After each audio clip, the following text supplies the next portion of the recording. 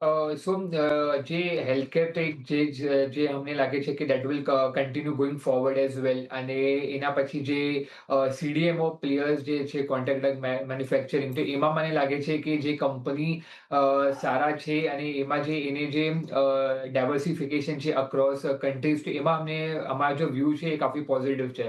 તો પર્ટિક્યુલરલી અગર આપણે હેલ્થકેરમાં અગર આપણે જોવા જાય તો પેલા પણ હમારો શો હતો, એમાં તો हमने સાકાર હેલ્થ કેર સજેસ્ટ કર્યો હતો એટ અરાઉન્ડ 510 લેવલ્સ, અને અત્યારે after making new high it is consolidating around 780 800 levels, અને જે ક્વાર્ટર ફોરના અર્નિંગ્સ આવ્યા હતા એ કાફી સારા છે.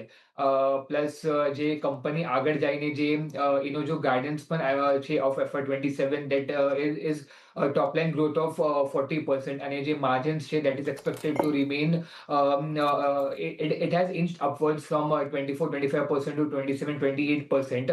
તો મહત્વનું આ જ રહેશે કે જે માર્જિન્સ છે એ કઈ રીતે એ સસ્ટેન કરે છે, બીકોઝ એનો જો ગ્રોથ કેપેક્સ હતો એ કંપનીએ પૂરો કરી દીધો છે, અને જે ગોઈંગ ફોરવર્ડ જે ગ્રોથ આવશે એ અમને લાગે છે કે જે ઓન્કોલોજીનો જે એક્સપાન્શન મોડ છે અને જે કેપેસિટી યુટિલાઇઝેશન છે, તો એમાં પ્રમાણે કંપનીને ગ્રોથ ગાર્ડન્સને આગળ સપોર્ટ કરી શકે છે. તો જી. જે પણ અગર અત્યારે જે આ સ્ટોક કન્સોલિડેટ કરે છે, but going forward as well we expect a positive traction to continue for the remainder of the year as well. તો ઓકે. સાકાર પર અમારો વ્યૂ હજી પણ પોઝિટિવ છે. Okay. Apart from this other stock અગર આપણે જોવા જઈએ તો સ્ટ્રાઇડ્સ ફાર્મા, જે અમને લાગે છે કે સીડીએમઓ પ્લે પર કાફી પોઝિટિવ થઈ શકે છે. નંબર્સ પણ સારા આવ્યા છે.